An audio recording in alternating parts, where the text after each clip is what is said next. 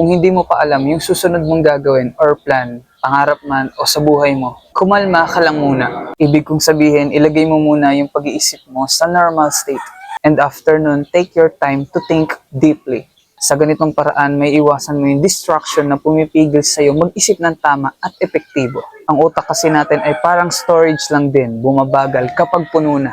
At ang tawag doon ay mental overload. Dito bababa yung abilidad mo mag-isip, magdesisyon at atensyon kapag marami kang iniisip. Kaya take a deep breath. I-relax mo yung sarili mo at mag-break ka na muna.